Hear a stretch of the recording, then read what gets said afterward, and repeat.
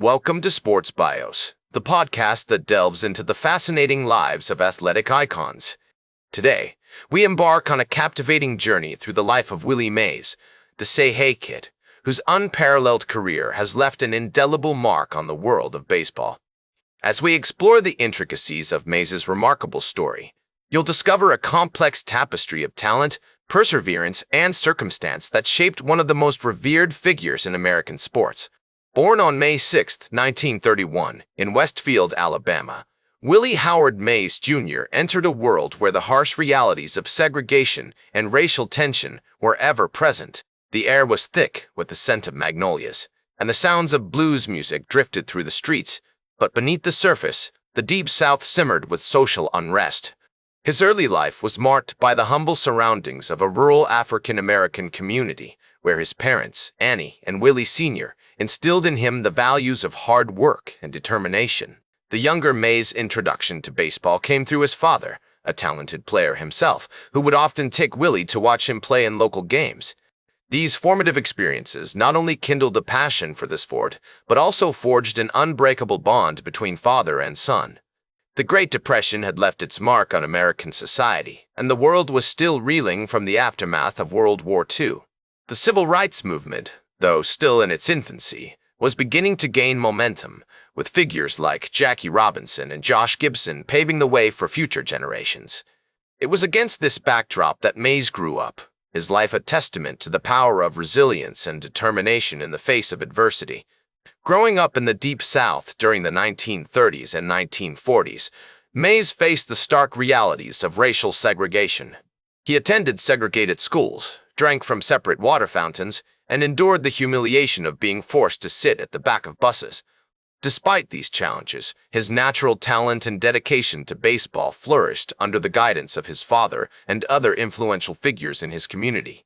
The likes of Satchel Paige and Josh Gibson, legends of the Negro Leagues, became idols and inspirations for the aspiring ballplayer. Mays would often listen to their stories, mesmerized by tales of their triumphs on the field and their struggles off it. As a young boy, Willie would often listen to baseball games on the radio, mesmerized by the commentary of legendary announcers like Red Barber. He was especially drawn to the exploits of Josh Gibson, the powerhouse catcher from the Negro Leagues, who became an idol and inspiration for the aspiring ballplayer. Mays' own athletic prowess began to manifest during his teenage years, as he excelled in multiple sports at Fairfield Industrial High School in Alabama. His prodigious talent, combined with an unrelenting work ethic, set him on a trajectory that would soon propel him onto the national stage. The early influences in Mays' life played a crucial role in shaping his future. His parents, though faced with the daunting challenges of racial segregation, provided the stable and nurturing environment that allowed their son to flourish. The mentorship of coaches like Piper Davis, who recognized and cultivated Mays' talent, was instrumental in preparing him for the rigors of professional baseball. In the sweltering summer of 1947, a pivotal moment in Mays' young life occurred when he joined the Chattanooga Choo-Choos, a local Negro Leagues team. This marked the beginning of his professional baseball career, one that would be filled with triumphs, challenges, and controversies. As we explore this critical juncture in Mays' development, it becomes evident that the confluence of his natural talent, tireless work ethic, and the guidance of those around him had prepared him for the trials and tribulations that lay ahead. As the summer of 1947 gave way to the dawn of a new era in baseball, Willie Mays' ascension to the pinnacle of his sport began in earnest, like a tempest brewing on the horizon. His tenure with the Chattanooga Choo-Choos served as a crucible, testing his mettle against some of the finest talent the Negro Leagues had to offer, in a world where the scent of freshly cut grass and the crack of the bat were the only constants in an otherwise uncertain existence. The tutelage of veteran players like Piper Davis, who had faced down the hardships of a bygone era with unyielding resolve, and the guidance of his father, Willie Sr., proved invaluable as Mays honed his craft, refining the skills that would soon make him a household name. On June 22, 1948, Mays' life took a dramatic turn when he signed with the New York Giants, marking the beginning of a storied relationship that would span over 2 decades. The Giants' scouting apparatus, led by the indefatigable Alex Pompez, had been monitoring Mays's progress with great interest, recognizing in him a prodigious talent worthy of investment, like a precious gem waiting to be unearthed. As Mays navigated the labyrinthine world of professional baseball, he found himself under the watchful eye of manager Leo Durocher, a man whose reputation for toughness and unwavering dedication to the game would prove instrumental in shaping Mays's early career. The 1951 season will forever be etched in the annals of baseball history as the year Willie Mays arrived on the national stage, like a supernova bursting forth in all its glory. On May 25, 1951, Mays made his major league debut at the Polo Grounds, collecting a single off Warren Spahn in a 2-0 loss to the Boston Braves. This modest beginning belied the remarkable trajectory that lay ahead, as Mays quickly established himself as one of the most electrifying players in the game. His rookie season was marked by numerous highlights, including a memorable performance on August 11, 1951, when he hit his first major league home run off the Philadelphia Phillies' Bob Miller, a moment that would forever be seared into the collective memory of baseball fans. Mays' relationship with his contemporaries was complex and multifaceted, reflecting the tumultuous era in which they played. He developed close bonds with players like Monty Irvin and Hank Thompson, who shared similar experiences navigating the treacherous waters of racial integration in baseball. The trio formed a formidable core, supporting one another through the trials and tribulations that accompanied their pioneering efforts. As Mays recalled, "We were like brothers, we looked out for each other, and we knew that together we could overcome anything." This sense of camaraderie was forged in the fire of adversity, as they faced down the slings and arrows of outrageous fortune with courage and determination. The 1954 season proved a watershed moment in Mays's career, as he led the Giants to a World Series championship, hitting .345 with 41 home runs and 110 RBIs. His virtuoso performance on September 29, 1954, in Game 1 of the World Series against the Cleveland Indians, is still revered today as he tracked down Vic Wertz's deep fly ball to center field, making an improbable catch that will forever be etched in the collective memory of baseball fans. This defining moment, more than any other, cemented Mays's status as one of the greatest players of his generation. It was a moment that would be replayed and reimagined countless times, like a symphony of triumph, with Mays as the maestro conducting the orchestra. As the decade drew to a close, Mays continued to accumulate accolades and achievements, earning multiple Most Valuable Player awards and Gold Glove honors for his defensive prowess. His on-field exploits were matched only by his growing popularity off the field, where he became an icon and a symbol of hope for countless young fans across America. Through his tireless work ethic, unwavering dedication to his craft, and an unshakable commitment to excellence, Willie Mays had transcended the boundaries of his sport, becoming an enduring figure in the cultural landscape of the United States. In the midst of this whirlwind of success, Mays remained grounded, drawing strength from his family and community. His father, Willie Sr., continued to offer sage counsel, reminding his son of the importance of humility and perseverance in the face of adversity. As Mays navigated the complexities of fame, he found solace in the words of Josh Gibson, who had once told him, "The game is bigger than any one person, Willie. Always remember that." This wisdom would stay with Mays throughout his career, guiding him as he continued to push the boundaries of what was possible on and off the field. Like a beacon shining brightly in the darkness, Mays's determination and resolve illuminated the path for generations to come.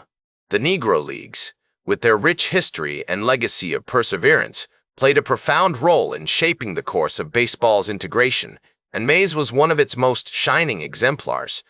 His journey, like that of so many others, was marked by trials and tribulations, but also by moments of transcendent triumph, which continue to inspire and uplift us to this day. As the 1960s drew to a close, Willie Mays continued to defy Father Time, remaining one of the most dominant players in the game. The Say Hey Kid was still electrifying crowds with his dazzling displays of speed, power, and agility, leaving fans and opponents alike in awe of his enduring greatness. He led the Giants to several playoff appearances, earning numerous accolades and cementing his status as one of the greatest players of all time. In 1972, Mays was traded to the New York Mets, where he played for 2 seasons before retiring in 1973. His final game was a poignant moment, with Mays receiving a standing ovation from the crowd as he left the field for the last time, the echoes of applause and cheers lingering long after he disappeared into the dugout. As the first reflect on that moment, I am reminded of the words of the great poet, Robert Frost, who once wrote, "Two roads diverged in a yellow wood, and sorry I could not travel both." For Mays, the road to retirement was not an easy one to take, but it was a necessary step in the journey of his remarkable life. In his later years, Mays remained involved in baseball, serving as a special instructor for the Giants and attending numerous old-timers games and reunions. He was also an avid supporter of various charitable organizations, including the Baseball Assistance Team and the Willie Mays Boys and Girls Club, using his platform to give back to the community that had given him so much. As he looked back on his remarkable career, Mays reflected on the sacrifices he had made and the lessons he had learned, saying, "I gave it my all, every time I stepped onto the field. And in the end, that's what matters most, not the numbers or the awards, but the effort and the passion you put into the game." These words speak to the very heart of Mays's legacy, a testament to his unwavering dedication to the sport he loved. But what drove this unrelenting passion? What fueled the fire that burned within him, propelling him to achieve greatness time and again? To answer these questions, we must delve deeper into the psychological makeup of this complex and fascinating individual. Mays's mental toughness was forged in the crucible of his early life experiences, shaped by the hardships and challenges he faced as a young African-American player in a segregated sport. He had to overcome obstacles that would have broken a lesser man, but instead they tempered his resolve and strengthened his will. As the first once asked him in an interview, "Willie, how did you manage to stay focused and motivated despite the countless barriers you faced?" His response was characteristically candid. "I just kept my eyes on the prize, Howard. I knew that if I worked hard enough, I could overcome anything." In 1979, Mays was inducted into the National Baseball Hall of Fame, receiving nearly 95% of the vote in his first year of eligibility. The ceremony was a testament to his enduring legacy, with thousands of fans gathering to celebrate his remarkable career. As he stood at the podium, Mays spoke humbly about his place in the game, acknowledging the debt he owed to those who had come before him and paved the way for his success. His words were a poignant reminder that even the greatest among us stand on the shoulders of giants, and that true greatness is not solely the result of individual achievement, but also the culmination of collective effort. As the years went by, Mays continued to be involved in baseball, attending games and events, and sharing his wisdom with younger players.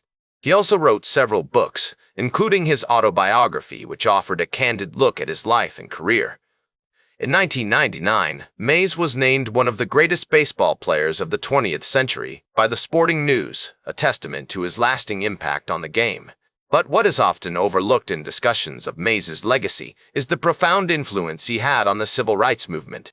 As a prominent African-American athlete, he used his platform to speak out against injustice and advocate for equality, inspiring countless young people to stand up for their rights and demand a better future. As the first look back on Mays's life and career, I am reminded of the words of the great historian, Arthur Schlesinger Jr., who once wrote, "The past is never dead, it is not even past." For Willie Mays, the past was always prologue, informing his actions and guiding his decisions. On September 24, 2023, Willie Mays passed away at the age of 92, leaving behind a legacy that will forever be etched in the annals of baseball history. His passing marked the end of an era, but it also served as a reminder that his impact on the game and on our society will continue to be felt for generations to come. Today, Willie Mays is remembered as one of the greatest players to ever step onto a baseball field. His on-field accomplishments are matched only by his off-field contributions, which have inspired countless young players and fans around the world. That's all for today's Sports Bios. Remember to like, share, and subscribe. And until next time, I'm Howard Closewell reminding you to keep shooting for your goals.